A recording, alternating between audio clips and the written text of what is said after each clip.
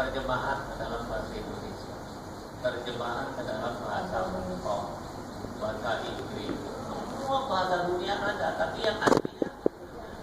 Makanya Al-Quran haram hukumnya diterjemahkan dengan bahasa lain tanpa menyertakan tulisan Al-Quran dalam bahasa aslinya, yaitu bahasa Arab.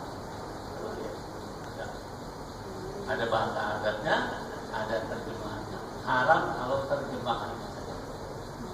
Tapi baca, lihat kitab suci orang Kristen, kitab suci orang Yahudi yang dikenal dengan perjanjian lama maupun perjanjian baru, hanya terjemahan. Ini saja kita tanya, kamu kalau kita mau berdebat, saat saya sering, mana dia tulisan asli? Nggak bisa jawab.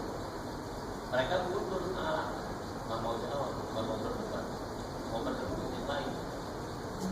Gitu ya. Jadi Al-Quran atau wahyu yang diturunkan kepada Nabi kita Muhammad Sallallahu Alaihi Wasallam otentik. Dengan cara apa? Antara hafalan dan tulisan. Dan ini dikontrol oleh Nabi setiap hari. Kenapa? Karena Nabi tugasnya mengajar seperti ini. Jadi ada penulis wahyu di antara koordinatornya adalah Zaid bin Sabit Al-Surafi. Banyak semua kaidin ahli bisa menulis musik. Jadi para sahabat-sahabat besar mereka pandai menulis. Ya jangan salah ya. Jadi jangan salah bahwa Nabi tidak bisa menulis, tidak bisa baca, bukan.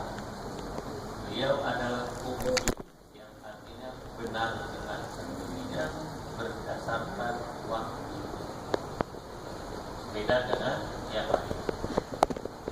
Makanya agama-agama lain ini mereka berusaha supaya agama Islam ini lenyap dari muka bumi.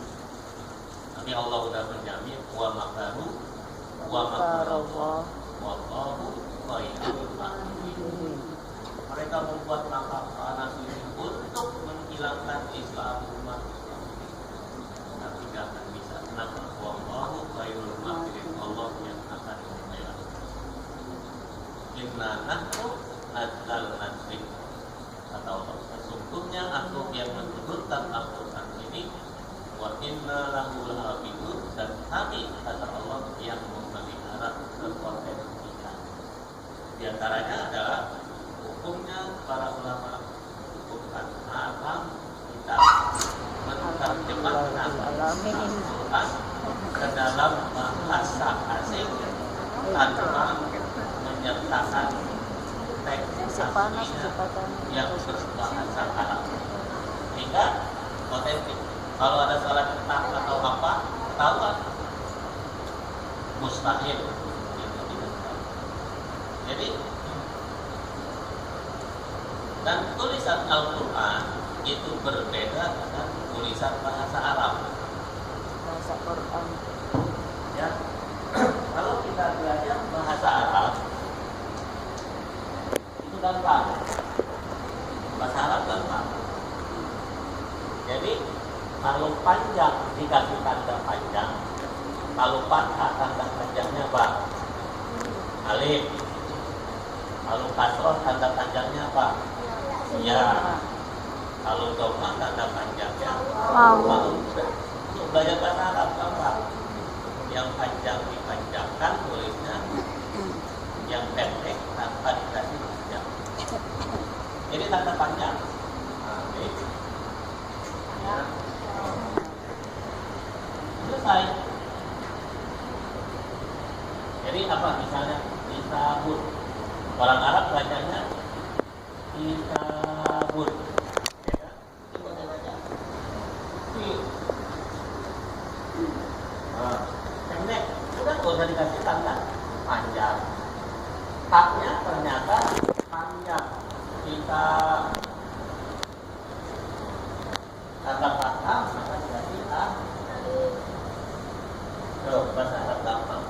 Jadi bahasa Arab adalah ditulis berdasarkan vokal. Ucapan panjang dipanjangkan, pendek dipendekkan, tidak dikasih tanda. Kitabun.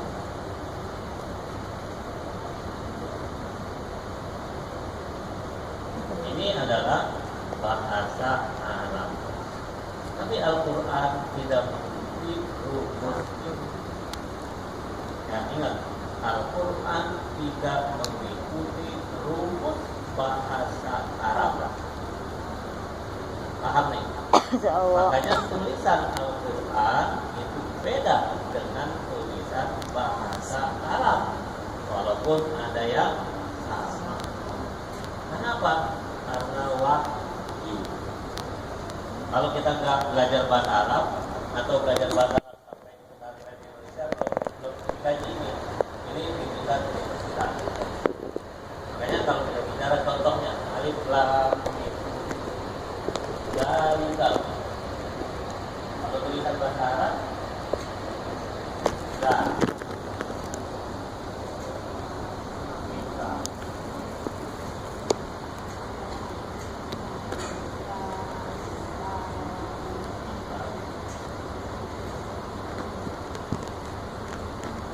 ya, ini sudah contoh.